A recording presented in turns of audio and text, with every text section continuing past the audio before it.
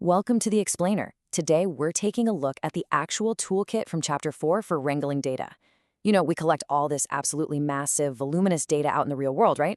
But here's the thing. Raw data on its own is, well, kinda useless. It's just noise until you put it into a compact, presentable form. So today, we're gonna give you the ultimate toolkit to take those dense, overwhelming numbers and make them usable, clear, and instantly comprehensible for anyone. Let's get right into it. So here's the core problem we're dealing with. Raw data is incredibly overwhelming. Just imagine trying to figure out the economic status of an entire nation by literally reading millions of individual survey responses. No way, right? How do we actually rescue our audience from just staring blankly at a wall of mind-numbing numbers? Basically, our job is to translate the complex into the clear. To do that, we'll be covering 4 main tools today. Number 1, textual and tabular methods. Number 2, bar diagrams and pie charts. Number 3, histograms and ogives. And finally, number 4, arithmetic line graphs. Okay, let's kick things off with Section 1, textual and tabular methods. Now, textual presentation simply describes data right inside a paragraph. And, it's great if you really want to emphasize one specific point, but your audience literally has to read the entire text just to find the actual data. Tabular presentation, though, that completely changes the game. By organizing your data neatly into horizontal rows and vertical columns, you instantly let your audience compare numbers, and it totally preps the data for real statistical analysis. When we build these tables, we actually have 4 main ways to classify our data. The first up is qualitative classification. This one is all about non-measurable attributes. So, for example, if you're looking at literacy rates in India, you might classify the data by gender, like male or female, or by location, say rural versus urban. See, these are descriptive qualities, not hard numerical values. Next, we have quantitative classification. This is exactly what it sounds like, categorizing information based on characteristics we can actually measure with numbers. Think about a survey of voters in an election.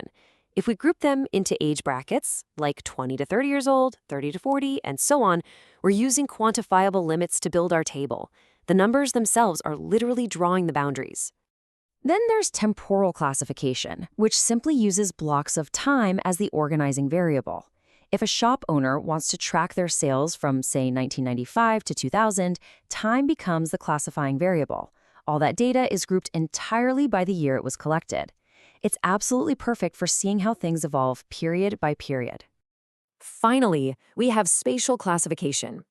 This organizes our tabular information by where it physically happened out in the real world.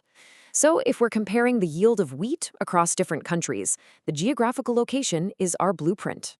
And that pretty much rounds out our 4 primary methods for classifying data into a table. But wait, a professional table isn't just some random grade of numbers thrown together. It actually has a very specific anatomy. You absolutely need a clear title. Your captions, well, those are your column headings, while stubs are the headings for your horizontal rows. The body is what holds the actual data safely inside all those intersections. And crucially, never forget this, always ground your data by including the unit of measurement and your source right at the bottom. Moving right along, let's jump into Section 2, bar diagrams and pie charts. A multiple bar diagram instantly brings numbers to life. Right here, we're looking at the literacy rates of major states in India. Because we're dealing with discrete variables, specific states, and specific percentages, we can just line up the states side by side on the horizontal axis. You don't have to go digging through some dense spreadsheet.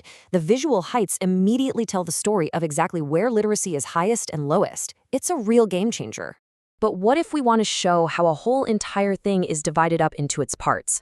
Well, that's exactly where pie charts shine. By translating the Indian population's working status into a pie chart, we instantly see those proportions. The full circle represents 100% of our total. And wow, visualizing that massive slice representing 73 crore non-workers right up against the smaller slices for main and marginal workers, it hits you with a level of clarity that a simple list of numbers just can't match. Okay, let's move on to Section 3, histograms and ogives.